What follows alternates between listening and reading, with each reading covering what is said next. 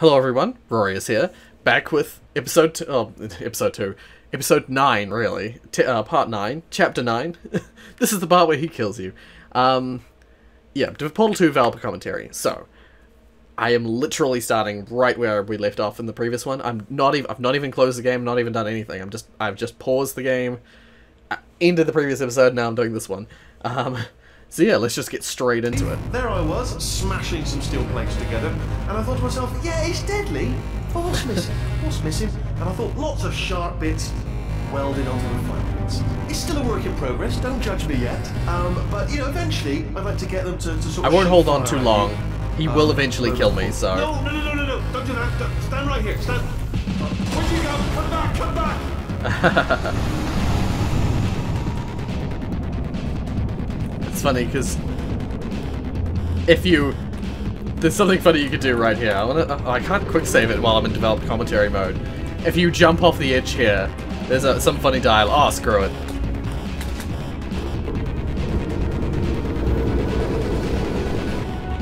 No? Oh, I thought there was funny dialogue if you came back. Okay. Hello! This is the part where I kill you. They actually make the player stop moving. There I was, smashing some steel plates together, and I thought to myself, yeah, it's... No, don't do that. Stand right here, stand... Stop machine. Where'd you go? I'm not gonna let him kill me. No, I don't have to do all that again. Come back, please. I just start from the beginning of the test chamber 17. I've decided I'm not gonna kill you, okay, if you come back. Damn, I actually think that might have been the point. The old times, the old days when we were friends, good old friends, not enemies. And I would say something like, come back, and he'd be like, yeah, no problem, and we'd come back. What happened to those days? So I wonder, Wheatley, I wonder. Can't help but notice that you're not coming back, which is disappointing. Aw.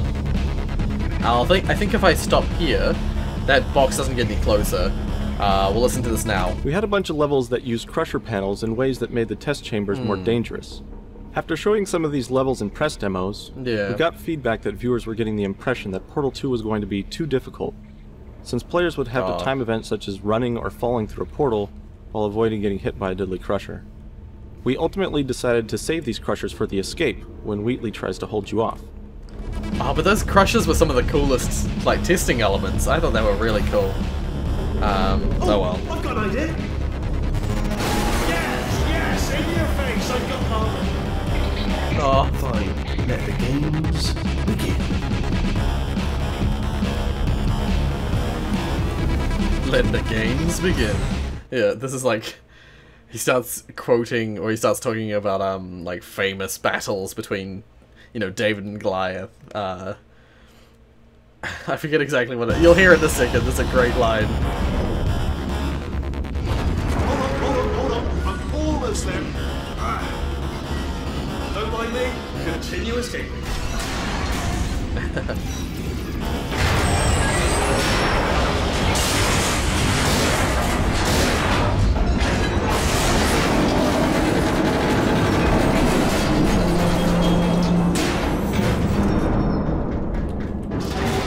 Yeah.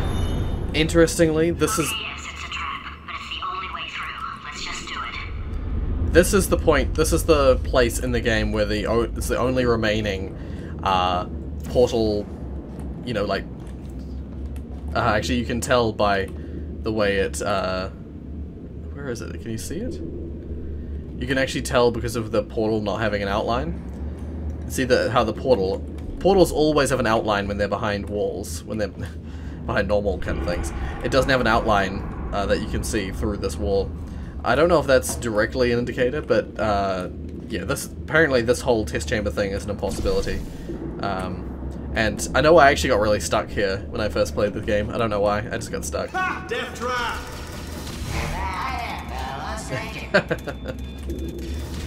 Are they killing you?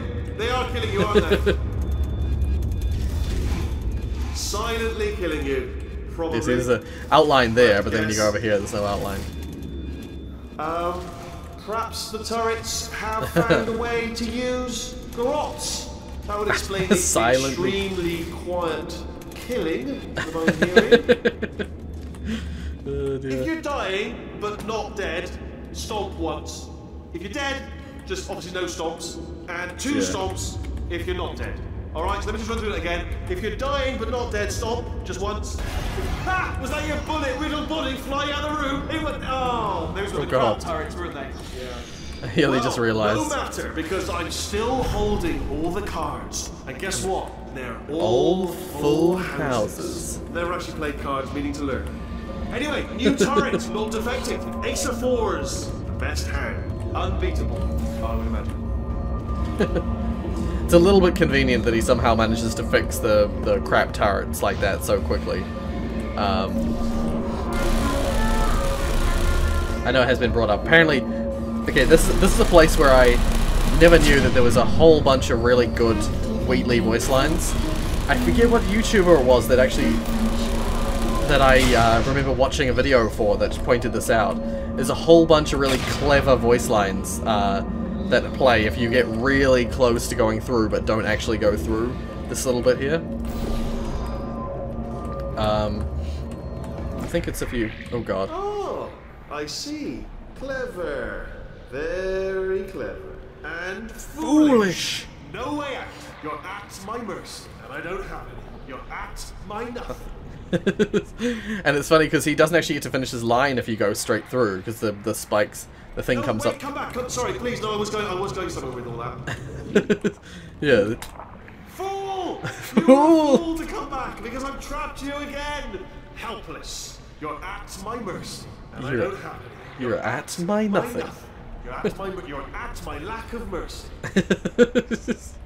And again, not playing along. You're ruining what are some really good speeches, actually. Oh dear. Didn't even get to the good part yet. Twist ending. So twisty, you might even call it spinning. Don't ignore the laughter. Nothing to worry about.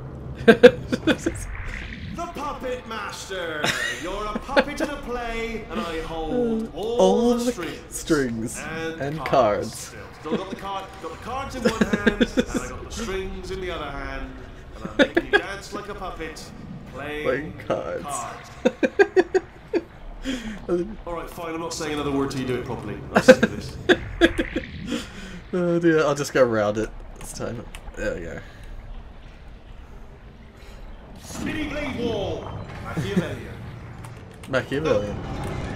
Wow, good, good. Finally, a nemesis worthy of my vast intellect. See, it like makes it so anticlimactic if you do that. It's great. And I would never have found that myself. I can't remember which YouTuber it was now. If I can figure out who it was, if I can find them, I'll put them here. Because they're hilarious and very good. They pointed out some really good things that I never knew. Yeah, we'll listen to this. In this excursion playtesters would often end up shooting the wrong portal at the critical moment and killing themselves. Yeah. This ruined the moment for players who often didn't quite understand why their excursion funnel hadn't been redirected. Yeah. As a solution, we now detect when the player places the wrong portal in hopes of saving themselves. We help them out by moving their other portal under the excursion funnel source. This effectively makes this section foolproof by allowing the player to shoot either portal to save themselves. Yeah, it's actually a really interesting point. I think people pointed it out as like a glitch or as a secret thing, but it's actually, yeah, I just mentioned it in the developer commentary. I've placed the blue portal here. We'll have a look at this. We'll prove it. So blue portal's there, orange portal there. What I would need to do is place the orange portal so that we'll get a new funnel, but I'll intentionally place the blue portal instead. Holmes versus Moriarty. Aristotle versus Smashy Spike Plate. Stay still, please. Place the blue portal, but I... Alright, stop moving. Almost got you there, almost got you there. He can actually hit you there. Oh, I think this is really cool. Like, all those bits and pieces come, you know, land in the funnel and start moving along the funnel. Where'd you go? Come back, come back!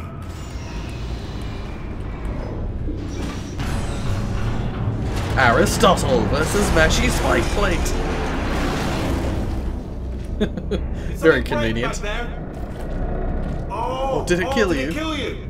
That would be amazing if it killed you. Hello?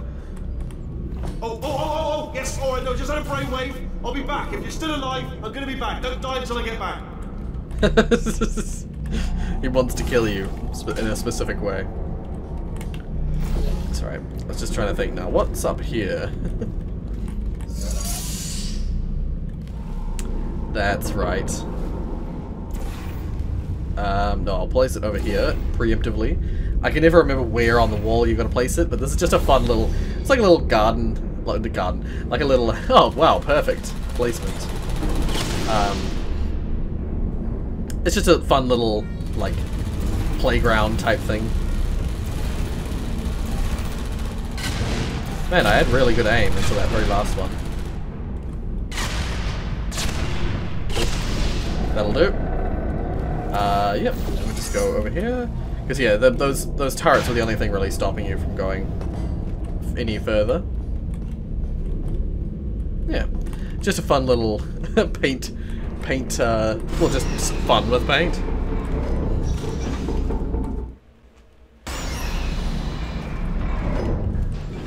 Crashing's too good for him. First, he'll spend a year in the incinerator. Year 2, cryogenic refrigeration wing. Then 10 years in the chamber I built where all the robots scream at you. Then I'll kill him. Holding a bit of a grudge.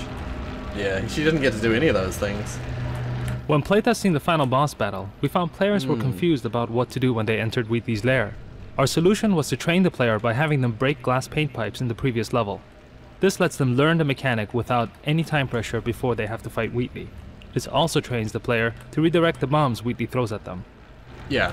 This whole section of breaking the glass here and redirecting the bombs and stuff over here, I feel like this game teaches those aspects well, purely because they thought they needed to.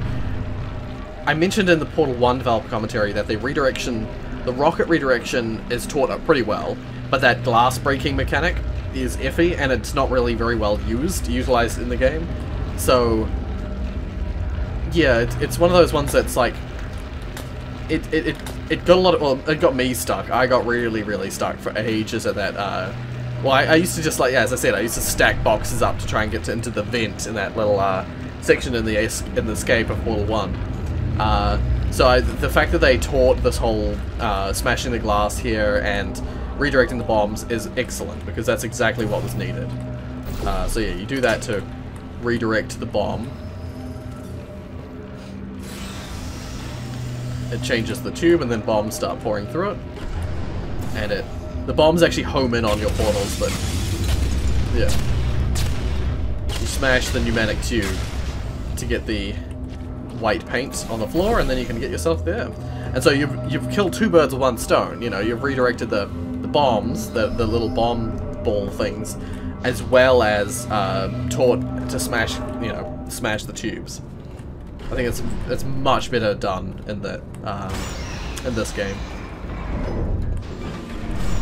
They've also made it satisfyingly visual and audio, like you can hear the smashing of the glass, you can hear the explosions, you can see all the paint going everywhere. It's very much more an experience than the breaking of the tube in Portal 1. Yeah, this is a little clever trick.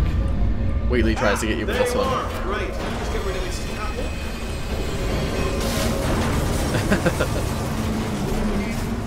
There we go. I wanted to talk to you for a moment, if I may. I'll be honest, the death traps have been a bit of a failure so far for both of us. I think you'll agree. And you are getting very close to my lair. Lair. It's weird, isn't it? First time I've said that out loud, it sounds a bit ridiculous, really. But I can assure you, it is a proper lair, deadly lair. And I just wanted to give you the chance to kill yourself now. Before you get to the lair. You can just jump into that masher, just there. Less a death trap, more a death option for you. Sounds crazy, I know, but hear me out. Once you get to my lair, death will not be optional, alright? It will be mandatory. No tricks, no surprises, just you dying as a result of me killing you in a very gruesome way. So, boom, better offer here is just kill yourself. You know, it's a lot of effort, isn't it, walking all the way to my deadly lair, where there's a perfectly serviceable death option right there. I seem to recall there's a funny line your death would be... Oh, wow, good. I didn't think that was going to work. Oh, good. Didn't think that was going to work. I love that he tries it despite knowing that it's ridiculous, that it's not going to work. And so when it does work, it's extra funny. I keep intentionally killing myself just to get the funny lines. Ah, there you are. Right, let's just get rid of this apple. Okay. So... There we go. I wanted to talk to you for a moment, if I may. I'll be honest, the death traps have been a bit of a failure so far for both of us. I think you'll agree. Yeah, the gel just keeps flowing. You are getting very close to my lair. Lair. It's weird, isn't it? First time I've said it out loud. It sounds a bit ridiculous, really. But I can assure you, it is one. It is a proper lair, deadly lair. And I just wanted to give you the chance to kill yourself now before you get to the lair. You can just jump into that masher. Okay, I'll take that as a no then. Oh god. Oh my god. Okay, I'll take that as a no then. Damn it. So I was just wanting to have a look to see if the screen was still here. And I jumped off the edge and killed myself. And I had to restart and do it again. Very annoying. So yeah, we're yeah, I find it a little bit hypocritical that GLaDOS is talking about how much Wheatley is destroyed. I mean, it is, admittedly, falling to pieces, but GLaDOS was smashing test chambers and stuff together before, and, you know, just willingly destroying massive sections of the facility trying to kill me. So, it's a little bit hypocritical. Just a little bit.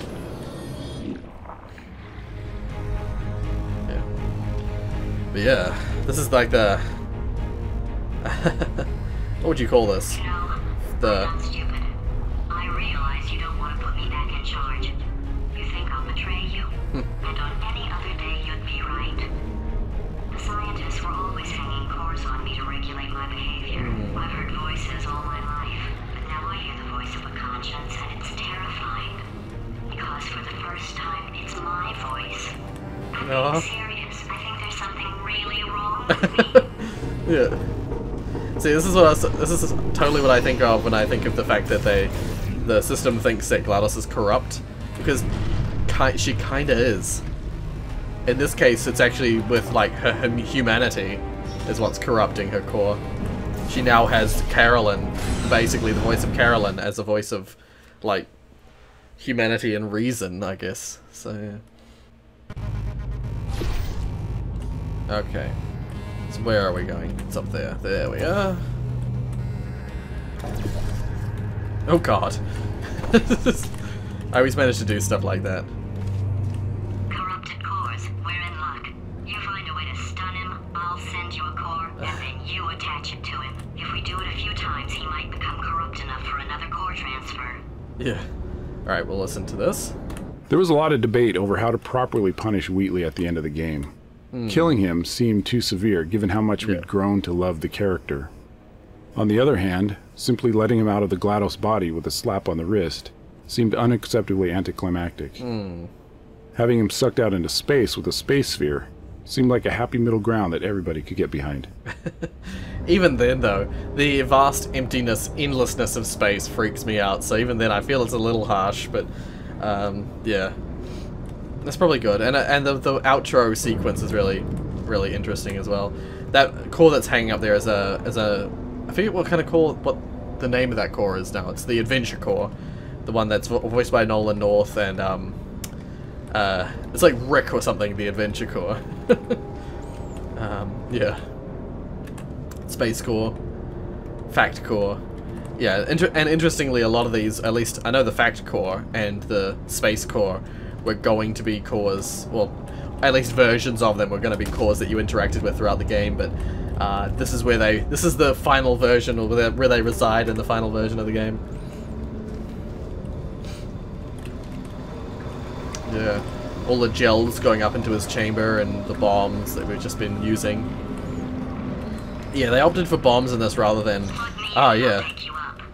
before we go any further, interesting thing to point out. Does this look familiar? This tube? Look, even if you think we're still Potato. enemies, we're enemies with a common interest. Revenge. You like revenge, right? Everybody likes revenge. Everybody likes Let's revenge. go get some. Well, well, well. Welcome to my lair. Let me just flag something up. According to the control panel light up there, the entire building is going to self-destruct in about 6 minutes. I'm pretty sure it's a problem with the light. I think the light's on the blink, but just in case it isn't, I am actually going to have to kill you. I'm probably going to kill myself, but before we do, we'll listen to this. Disgust. Wheatley used to have different kinds of attacks, other than lobbing bombs. At one point, we tried attaching several turrets to him that he could point at you. This proved too punishing, however, and they were removed. We also tried crusher panels that Wheatley could try to smash you with. This, once again, proved too punishing, since players were focused on what Wheatley was doing and would often get hit by a crusher they weren't looking at. Bomb-proof shield. Okay, because we didn't get to hear most of Wheatley's dialogue, because there's no good point to listen to that node, so I'll just For me, leading directly onto number 4. we'll redo that. Okay, Well, well, well. I'll just do that to get it out of the way. Let me just flag something up. According to the control panel light up there, the entire building is going to self-destruct in about 6 minutes. I'm pretty sure it's a problem with the light. I think the light's on the blink, but just in case it isn't, I am actually going to have to kill you, as discussed earlier. So let's call that 3 minutes, and then a minute break, but we should leave allegedly 2 minutes to figure out how to shut down whatever's starting all the fires. So anyway, that's the itinerary. Also, The itinerary. I was at the liberty of watching the tapes of you killing her, and I'm not going to make the same mistakes. 4-part plan is this. 1. Yeah, interesting point actually, just before he goes on, is that GLaDOS talks about the fact that she was able to relive, well, you know, the last few minutes of her life are recorded, and that she gets to relive them while she's dead. It's interesting because it's almost like referenced again with this, where he's able to look back at her death, looks back at the tapes of her death, and learns from her mistakes. No portal services. Yeah. 2. Start the neurotoxin immediately. 3. Bomb-proof shields for me. Leading directly onto number 4. Bombs. I'm throwing it. You know what? This plan is so good, I'm going to give you a sporting chance and turn off the neurotoxin. I'm joking, of course. Goodbye. Neurotoxin level at capacity in 5 minutes.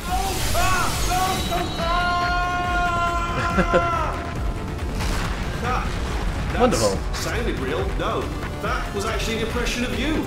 Actually, because you just fell into my trap by bringing a trap. But then, I wanted you to trick me into breaking whoops. that pipe, didn't you? There we go. I forgot which side he was protecting. That's right, and then there's a... I'm delivering the first core up near the catwalk. Yeah. And attach it to it. You gotta quickly go grab Space Core. Go to space. Space, gotta go Space. Here comes spacecraft. Here comes spacecraft. How many spacecraft? There we go. Warning. Core corruption at 50%. Vent system compromised. Neurotoxin offline. Reactor explosion in 4 minutes. Neurotoxin offline. What happened? What happened? What have you put onto me? What is that? Hold on. The bloody... Yeah, we're probably not going to hear much of what he has to say, purely for the fact that... Is it over here? What's the situation? Oh, there we are. Same place, except that you have to... You out having yourself a little adventure. What, are you fighting that guy? You got that under control? You know, because there's a lot of stuff on fire. Hey, countdown clock. Man, that is trouble. Situation's looking Man, that pretty- is trouble. Warning. Core corruption at 75%. Reactor explosion timer destroyed. Reactor explosion uncertainty emergency The timer prevention protocol deployed. initiated. This facility will self-destruct in 2 minutes. Enough! I told you not to put these cores on, but you don't listen, do you? Quiet. Quietly. Ah! There we go. Here's another core. This one should do it. Is it over here? I swear that it bursts in... Yeah, through the side of the room. And the orange paint goes everywhere. Schrodinger's cat paradox outlined the situation in which a cat in a box must be considered, for all intents and purposes, simultaneously alive and dead. Schrodinger created this paradox as a justification for killing cats. William Shakespeare did not exist. His plays were masterminded in 1589 by Francis Bacon, who used a Ouija board to enslave play-writing ghosts. Just talks Core nonsense. corruption at 100%. I don't get why it's 100%. Core replacement required. Doesn't really make sense. I see. Substitute core. Are you ready to start? Corrupted core. Are you ready to start? What do you think? Interpreting vague answer as yes. No. Didn't pick up on my sarcasm. Stalemate detected. Didn't pick up on my sarcasm. Fire I love detected that. in the stalemate resolution annex. Extinguishing. I have a feeling they did the fire and as a way of first That just cleans right off. drawing your Well, attention that to would it. be good to know earlier. Stalemate resolution Yeah, associated. it just cleans Please right press the off. stalemate resolution button. I think the fire and was a Press that button. fire was an excuse for the rain and for your attention being drawn I to it. forbid you to press it. Yeah, while they're nagging. Press that button. We wanted to be scientifically accurate in this puzzle, figuring that there'd be a slight delay before you'd see a portal on the moon, since light takes 1.4 seconds to travel the distance. But playtesters would shoot the moon and instantly turn away, thinking nothing had happened. They didn't yeah. realize they had actually shot a portal on the moon. We tried and rejected a few different approaches to communicate the effect, including a cheat involving quantum entanglement, before settling on the current solution to this problem.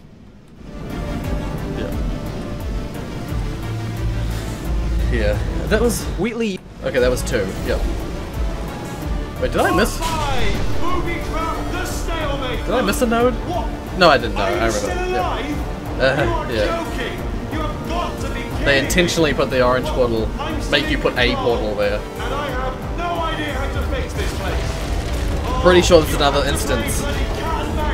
Another instance where this always gets me like crazy. I think there's another case where you can shoot any portal. Like I just shot the orange portal and it will still work. And that portal will be blue now probably. Nope, okay. It just places the blue one on the moon. This gave me chills. Space! Still gives me chills. I think that's so cool. Let go! We're in space! Space.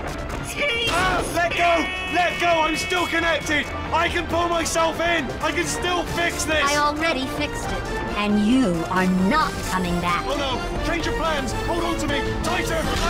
Grab me! Grab me! Grab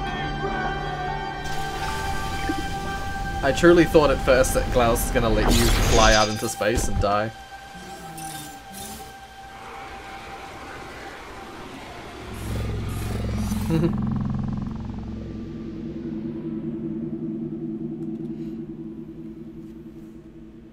You can hear faint turret symphony, turret orchestra. Oh, thank God, you're all right.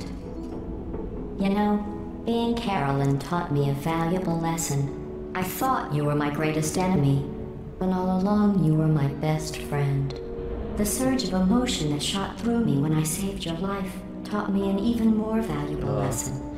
Where Carolyn lives in my brain. Carolyn deleted. Goodbye, Carolyn. You know, deleting Carolyn I don't just believe now her taught me a when she does valuable that. lesson. The best solution to a problem is usually the easiest one. And I'll be honest, killing you is hard. You know what my days used to be like? I just tested. Nobody murdered me, or put me in a potato, or fed me to birds. I had a pretty good life. And then you showed up. You dangerous, mute lunatic. So you know what? You win. Just go. It's been fun. Don't come back. I'll leave you.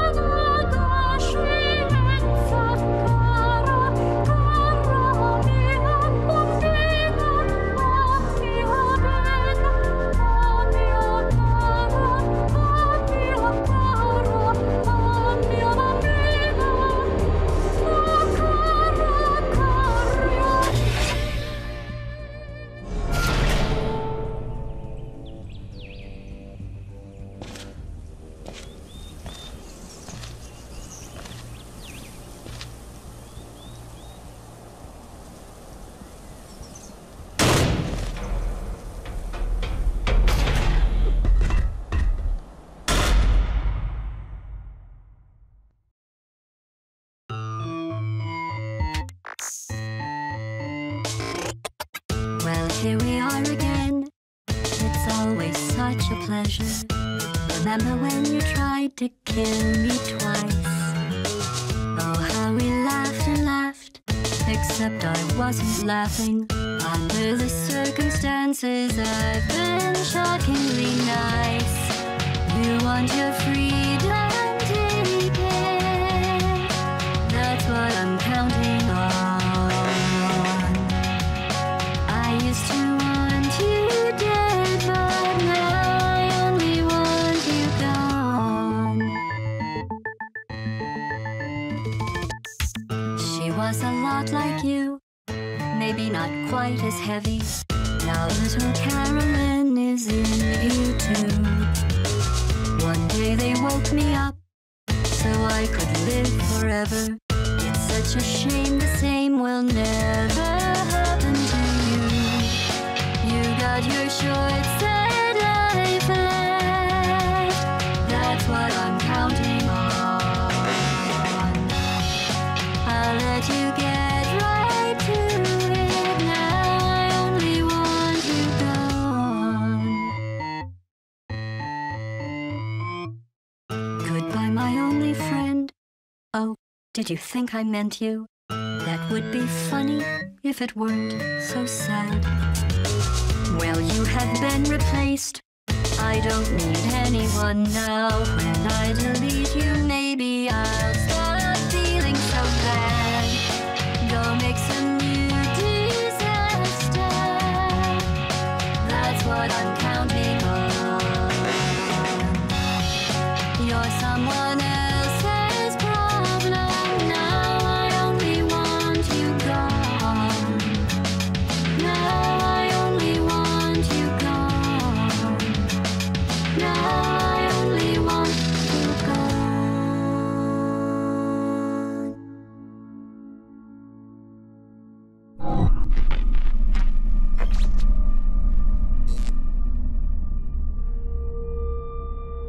So much space. Need to see it all.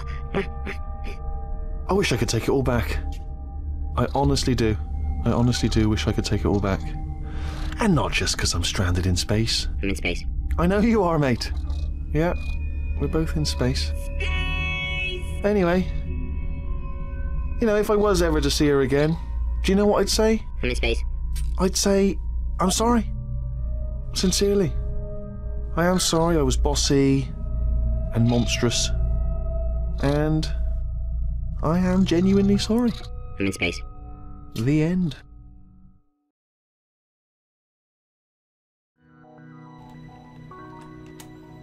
Yeah, so yeah.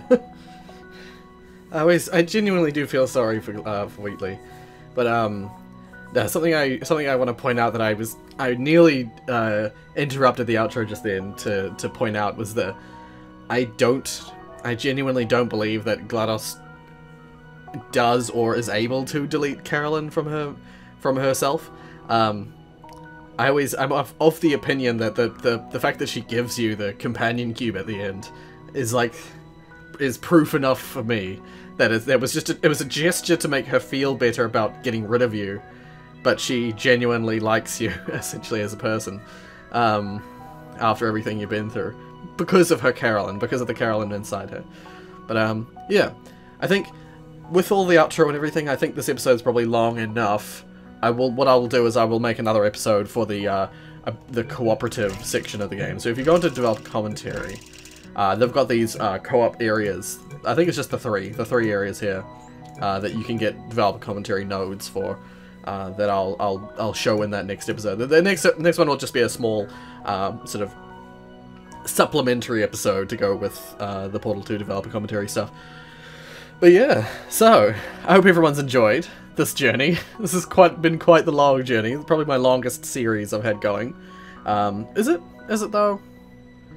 Mirror's Edge might have taken longer, just length, like time, over time wise, but nevertheless, if you like what you saw, hit like. If you want to see more of this kind of thing, I'm started an Aperture Tag developer commentary series, and I'm looking at doing other Valve stuff, and if other game developers have got developer commentaries, let me know in the comments, because I would love to try other game, see what other game developers say about their own games. Preferably if it's inside the game. Like, it's nice, it's great. I love reading stuff about the development of games. I've got, like, art books and all sorts that talk about game development. But if it's in game form, then we can do a playthrough plus developer commentary thing. And if any games have that kind of thing, just let me know, and I'll have a look at see about recording them, see about sharing them amongst everyone. But yeah, thank you so much for watching, and as always,